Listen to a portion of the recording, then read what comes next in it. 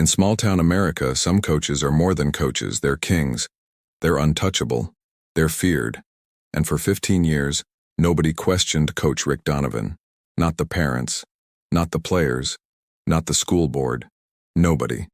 Because questioning Coach Donovan didn't just cost you a spot on the team, it cost you everything. This is the story of Ethan Clarke, a 16-year-old sophomore who made one mistake. He asked a question, and Coach Donovan made sure he paid for it. But Ethan's mother, Jennifer Clarke, wasn't like the other parents. She didn't stay silent.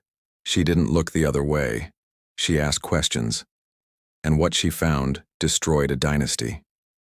This is a fictional story inspired by real events that happen across America. Names, characters, and locations have been changed, but the fear is real, the abuse is real, and the consequences are real. This is what happened in Riverside, Ohio. Riverside, Ohio. Population, 9,200. One high school, one football team. One coach who ruled it all. Coach Rick Donovan, 58 years old. 15 years coaching at Riverside High. 203 wins. 28 losses. 6 conference championships. 2 state finals appearances. Coach of the Year 4 times. In Riverside, Coach Donovan wasn't just respected. He was worshipped. His name was on the stadium, Donovan Field. His photo hung in the school lobby. First thing you saw when you walked in, the local diner had a booth named after him. Coach's Corner. He ate there every Sunday after church, free of charge. The mayor called him a pillar of the community. The superintendent called him a role model. The parents called him a miracle worker. Because Coach Donovan didn't just win games, he turned boys into men. At least that's what everyone said. He's tough, but that's what kids need today. He doesn't coddle them. He prepares them for the real world. My son learned discipline from Coach Donovan. He's old school. That's a good thing. But what happens when old school becomes abuse? What happens when discipline becomes fear? What happens when nobody's allowed to ask questions? We'll get to that. But first, you need to understand how Coach Donovan built his kingdom. Coach Donovan had rules, lots of rules, and breaking them had consequences. Rule number 1, never be late. If you were late to practice, you ran until you threw up. If you were late twice, you didn't play that week. If you were late 3 times, you were off the team. Rule number 2, never talk back. If you questioned a play call, you sat out the next series. If you questioned his authority, you sat out the next game. If you did it again, you were done. Rule number 3, never complain about injuries, about playing time, about anything. Complaints were weakness, and Coach Donovan didn't tolerate weakness. Rule number 4, never tell your parents. What happened in the locker room stayed in the locker room. What happened on the field stayed on the field. If your parents called the school, you were off the team, no exceptions.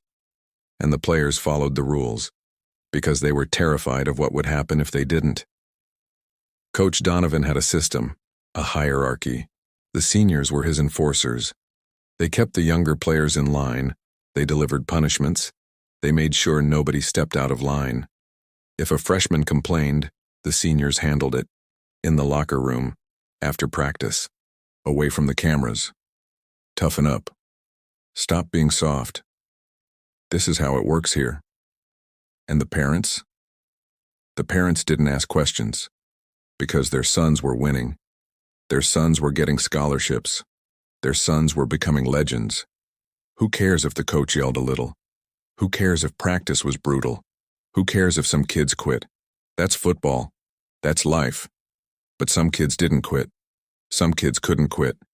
Because football was their only way out, their only scholarship opportunity, their only chance at a future. And Coach Donovan knew that. He used it. Ethan Clarke was one of those kids. Ethan Clarke, 16 years old, sophomore, wide receiver, number 81, 5'11", 170 pounds, fast, really fast, 4.5 40-yard dash, best hands on the team. Ethan loved football.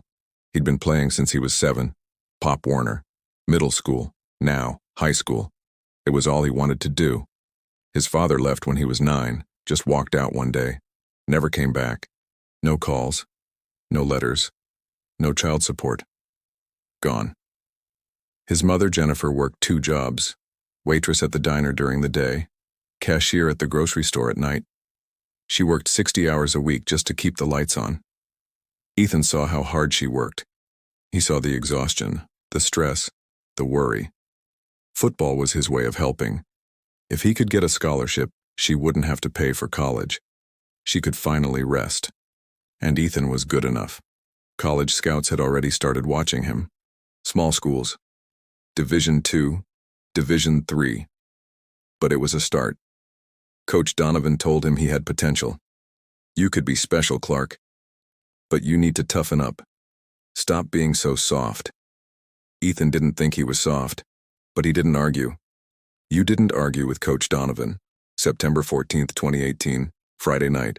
Riverside vs. Lakewood. Big rivalry game. The stadium was packed.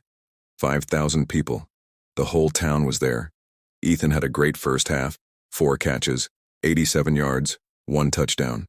The crowd chanted his name, Ethan, Ethan, Ethan. But in the third quarter, everything changed. Ethan ran a post route. The quarterback threw it deep. Ethan jumped, caught it, came down hard. His ankle twisted. He felt something pop. He stayed on the ground. The pain was sharp, immediate. He couldn't put weight on it. The trainers ran out. Can you stand? Ethan tried. He couldn't. I don't think so. They helped him to the sideline, sat him on the bench, took off his cleat. His ankle was already swelling, turning purple. That doesn't look good. We should get you to the hospital. But before they could do anything, Coach Donovan walked over, arms crossed, face hard. What's wrong? His ankle. Looks like a bad sprain, maybe worse. Coach Donovan looked at Ethan, not with concern, with disappointment. Can you walk? I don't know, Coach. It really hurts. I didn't ask if it hurts. I asked if you can walk. Ethan hesitated. I don't think so. Coach Donovan's jaw tightened. Then you're done for the night. He turned and walked away. Ethan sat on the bench, confused, hurt, not just physically. The trainers took him to the hospital. X-rays showed a grade 2 ankle sprain. Severe. The doctor said he'd need at least 3 weeks to heal, maybe 4. No weight-bearing activity, rest, ice, elevation, physical therapy. Ethan nodded. 3 weeks. He could handle that. But when he came back to practice on Monday with a doctor's note, Coach Donovan didn't care. 3 weeks for a sprain. That's what the doctor said, Coach. Doctors don't know football. I've seen kids play through worse. But the doctor said, I don't care what the doctor said, you're soft, Clarke. That's your problem. Ethan felt his face flush. I'm not soft, Coach. I'm injured. Coach Donovan stepped closer, his voice low, threatening. Don't ever question me. You understand? Ethan swallowed. Yes, Coach. Good, now get off my field. Ethan limped away, humiliated, angry, confused. And for the next 3 weeks, Coach Donovan made his life hell. Ethan couldn't practice, but Coach Donovan made him come to every practice anyway. Made him stand on the sideline. Watch. While the other receivers ran his routes. This is what happens when you're soft, Clarke. Someone else takes your spot. Ethan's replacement was a senior. Slower. Worse hands. But he was healthy. And Coach Donovan rewarded him. See that, Clarke? That's what toughness looks like. Ethan bit his tongue. He didn't say anything. He followed the rules. But inside, he was breaking. After 3 weeks, Ethan's ankle healed. The doctor cleared him. He came back to practice, ready to play. But Coach Donovan didn't put him back in the starting lineup. You lost your spot, Clarke. You want it back? Earn it. Ethan worked harder than anyone, stayed late, ran extra routes, caught every ball. But it didn't matter. Coach Donovan kept him on the bench, game after game, week after week. Ethan sat and watched and wondered why. Until one day, he made a mistake. He asked, November 2nd, 2018, after practice. Ethan approached Coach Donovan in his office. "Coach, can I talk to you?" Coach Donovan didn't look up from his playbook. "What?" I wanted to ask about playing time. I've been working really hard and I feel like I'm ready to." Coach Donovan slammed his playbook shut, looked up, his eyes cold. "You questioning me, Clarke?" "No, Coach, because it sounds like you're questioning me." "I'm not. I just wanted to understand." "You want to understand? Fine. I'll explain it to you." Coach Donovan stood up, walked around his desk, stood inches from Ethan's face. "You're not starting because you're weak. You quit on your team. You let an ankle sprain keep you out for 3 weeks. Real players play through pain, you didn't, so you lost your spot, and you're not getting it back." "But the doctor said..." "I don't care what the doctor said. I'm the coach. I decide who plays. Not you, not your mother, not some doctor who's never played a down of football in his life. Me." Ethan's heart pounded. "I wasn't trying to..." "Get out of my office." "Coach, get out." Ethan left, shaking, humiliated. Again. And the next day, Coach Donovan made an announcement at practice. "Clarke's off the team, effective immediately." The team went silent. Ethan's stomach dropped. "Coach, what? Why?" "Insubordination, questioning authority. I don't tolerate it. You're done." "But I didn't..." "You're done, Clarke. Turn in your jersey." Ethan stood there, frozen. His teammates stared. Nobody said anything. Nobody defended him, because they were all afraid. Ethan turned in his jersey, walked out of the locker room, and cried in his car for 20 minutes. When he got home, his mother knew something was wrong. "What happened?" Ethan told her everything: the injury, the benching, the question, the expulsion. Jennifer listened, her face calm. But inside, she was furious. "He kicked you off the team for asking a question?" "He said I was questioning his authority." "You were asking about playing time. That's not insubordination." "Mom, it doesn't matter. He's the coach. What he says goes." Jennifer shook her head. "Not this time." The next morning, Jennifer Clarke walked into Riverside High School. She asked to speak to the principal, Dr. Harold Simmons, 62 years old, 30 years in education, 10 years as principal. Dr. Simmons welcomed her into his office, smiled. "Mrs. Clarke, what can I do for you?" "My son was kicked off the football team yesterday." "I heard. I'm sorry about that." "Do you know why?" "Coach Donovan said it was for insubordination. My son asked about playing time. That's not insubordination." Dr. Simmons shifted in his chair. "Mrs. Clarke, Coach Donovan has been here for 15 years. He's built an incredible program. He knows what he's doing. He kicked my son off the team for asking a question. I'm sure there's more to it than that." "There isn't, and I want my son reinstated." Dr. Simmons sighed. "Mrs. Clarke, I understand you're upset, but coaching decisions are up to the coach. I can't interfere. Even when those decisions are abusive." "Abusive, that's a strong word. He humiliated my son, benched him for following a doctor's orders, then kicked him off the team for asking why. Coach Donovan is tough, but he's not abusive." "How do you know?" Dr. Simmons paused. "Because no one's ever complained before." Jennifer leaned forward. "Or maybe they're too afraid to." Dr. Simmons didn't respond.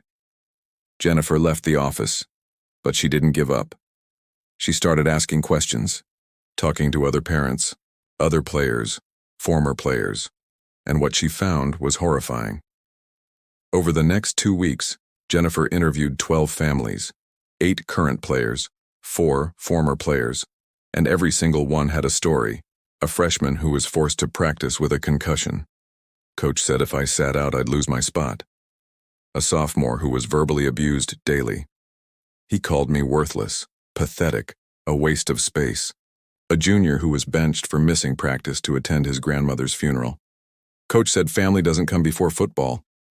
A senior who tore his ACL because Coach Donovan made him play through knee pain. He said I was faking it. Now I'll never play in college. And none of them reported it because they were afraid. Afraid of losing their spot. Afraid of retaliation. Afraid of Coach Donovan. Jennifer compiled everything, wrote a detailed report, submitted it to the school board. November 20th, 2018, school board meeting. Jennifer Clarke stood at the podium, in front of the board, in front of the superintendent, in front of Coach Donovan. She read her report. Every story, every detail, every instance of abuse. The room was silent. When she finished, the board president spoke. "Thank you, Mrs. Clarke. We'll review this and get back to you." But Coach Donovan stood up, his face red, his voice loud. "This is ridiculous. These are lies. This woman is bitter because her son couldn't handle the program." Jennifer turned to face him. "My son handled your program just fine, until you punished him for being injured. He was soft. He followed a doctor's orders. He quit on his team. You kicked him off for asking a question." Coach Donovan stepped closer. "Don't ever question me." Jennifer didn't flinch. "I just did." The room erupted, parents shouting, board members arguing, Coach Donovan storming out. The investigation took 3 weeks. The school board interviewed players, parents, trainers, reviewed medical records, reviewed practice footage, and on December 14, 2018, they made their decision. Coach Rick Donovan was suspended, pending further investigation. 2 weeks later, he was fired. The town was divided. Half supported the decision. Half called it a witch hunt. He was a great coach. He won us championships. That woman ruined everything. But the other half finally felt safe to speak. I'm glad he's gone. My son was terrified of him. Someone should have stopped him years ago. Coach Donovan never apologized. He moved to Kentucky, got a job coaching at a small private school. He's still there today. Ethan Clarke rejoined the football team, under a new coach, a coach who listened, a coach who cared, a coach who followed doctor's orders. Ethan finished his junior and senior years, caught 89 passes, 1,140 yards, 14 touchdowns. He got a scholarship, Division II, full ride. His mother cried when he signed. Jennifer Clarke still lives in Riverside. Some people still blame her. Some people still whisper. But she doesn't care. She saved her son, and she'd do it again. This is the cost of silence. This is the price of fear. This is what happens when one person finally asks the question everyone was too afraid to ask. Coach Rick Donovan is not his real name. Riverside is not a real town. But this story is real. It happens in high schools across America, where coaches are untouchable, where fear is mistaken for respect, where kids are abused in the name of discipline. Ethan survived, but his future almost didn't, because for 15 years nobody questioned Coach Donovan, until one mother did. If you or someone you know is experiencing abuse from a coach, teacher, or authority figure, please report it. Silence protects abusers. Your voice can stop them. This is Shadows of Small-Town America, where we tell the stories no one wants to hear, where we expose the legends who should have been stopped, where we stand with the victims the towns forgot. Subscribe for more dark truths from the heartland, because these stories need to be told, and these voices need to be heard.